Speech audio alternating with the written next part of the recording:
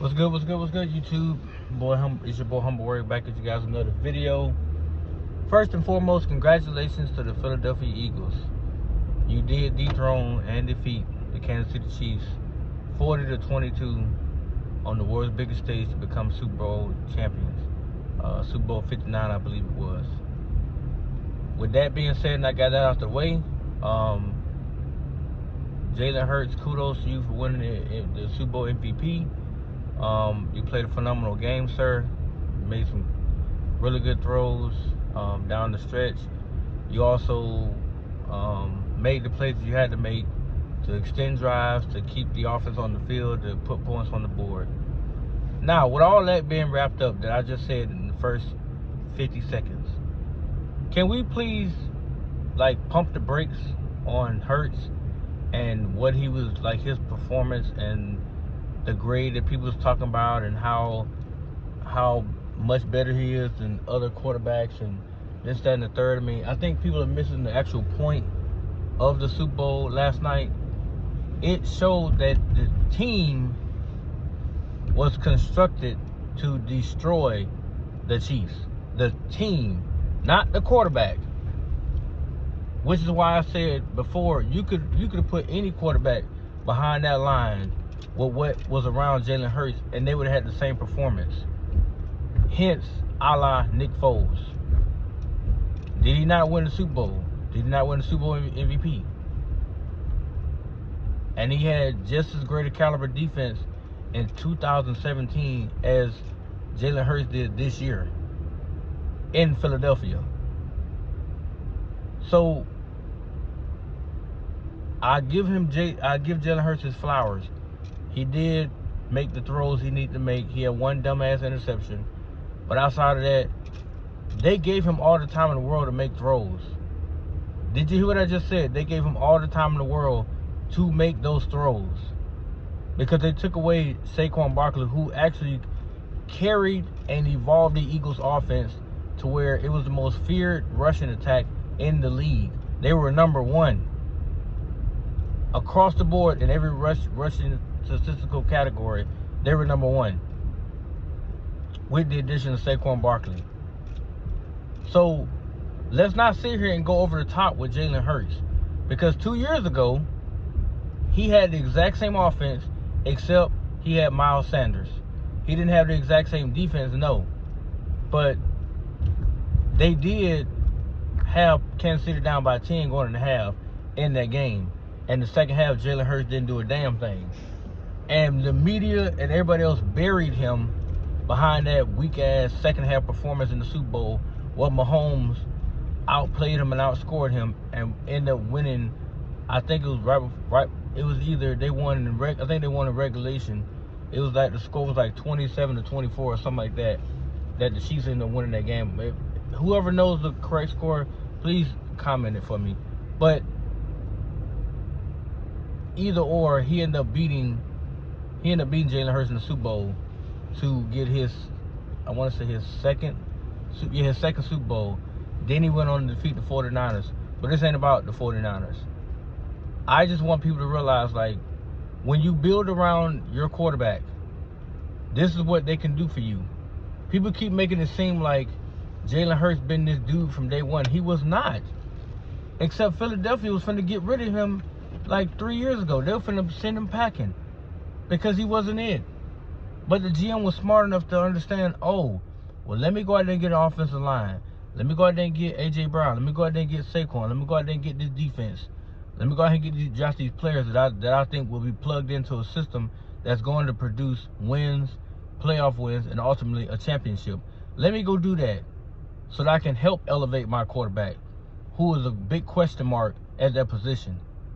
Let me go allow him to get what he needs around him to make his job easier, not to make it harder, not to be singled out as an individual piece on the puzzle board, but rather the entire puzzle itself working together to fit, to form the big picture that everybody wants to see, which is Super Bowl champions. A lot of y'all got it twisted.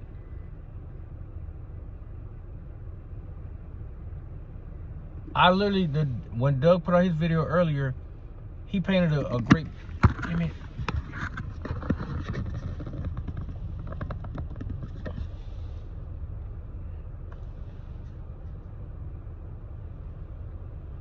he painted a great picture about the Eagles front office and what they did to help Jalen Hurts. They did a great deal to help him. He's not a bad quarterback, but he's not what you would call an A-list quarterback. He's not a Mahomes. He's not a Josh Allen. He's not Lamar. He's not those caliber guys. He's not a Burrow or Herbert. He's not even Michael Penix. But people consider him a dual threat.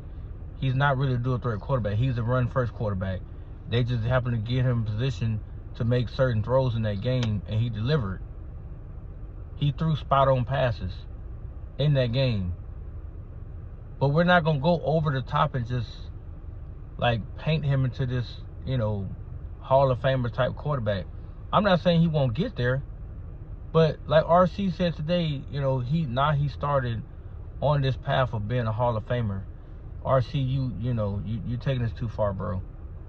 He won the Super Bowl and he got the MVP. Did he really earn the MVP? No. The defense should have won the MVP. Whatever play they chose, they could have gave it to the safety that got the pick six. Could have gave it to him.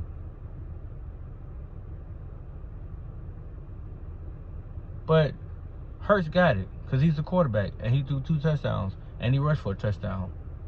So he had 3 total touchdowns in the game. But we're not going to sit here and pretend like, you know, he had this monster game. He had a good game. Let it be what it is. He had a good game. They out-schemed the Chiefs. They were more physical. They dominated both lines of scrimmages because of the Eagles management team. They understood what Hurts could not do. And they went out and built a squad around him to basically shield those flaws. You could not see that on the biggest stage. 2 years ago, you saw it. Right? 2 years ago, you saw what he couldn't do.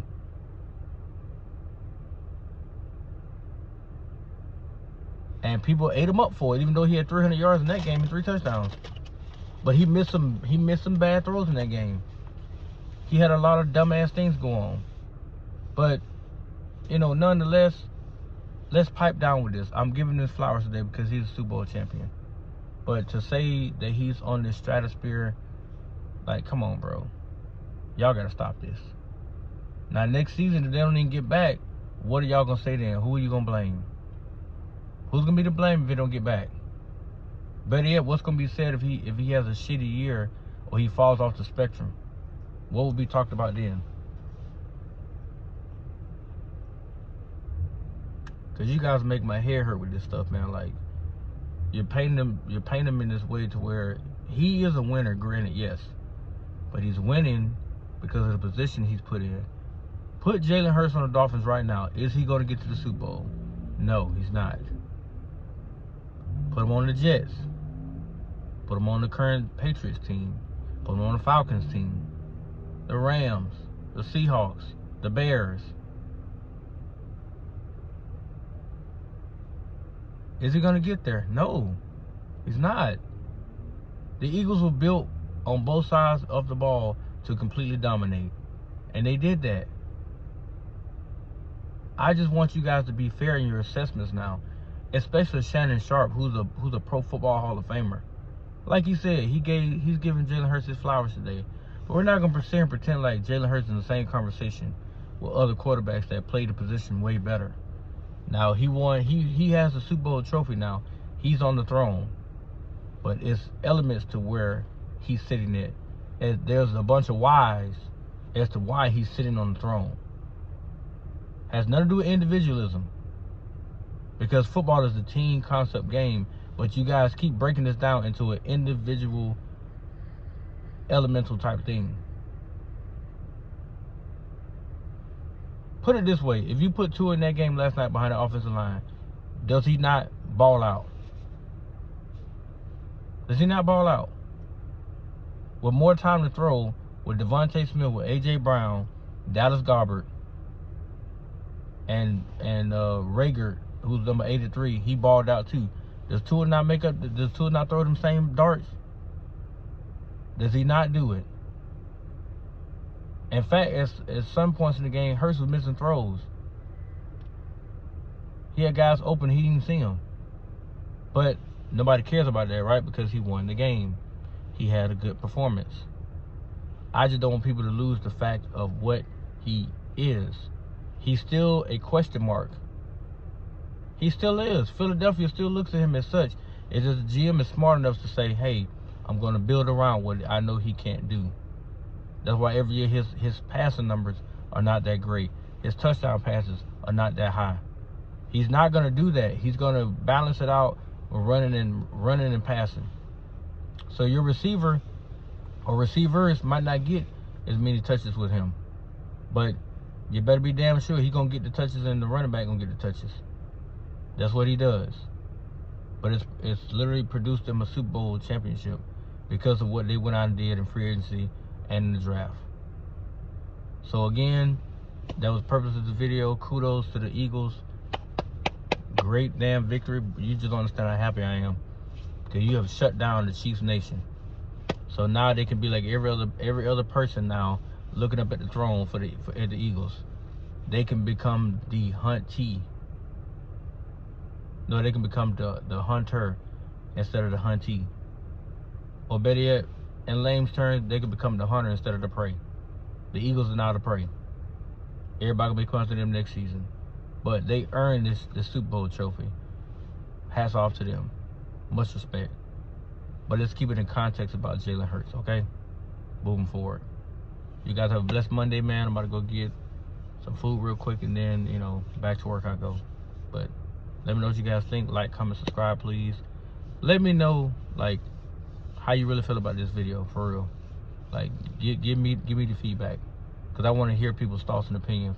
I will engage with you back and forth. If you start talking dumb, then I'm just going to push you on to the left. But make your argument make sense. That's all I ask. Have a good day, guys. Peace.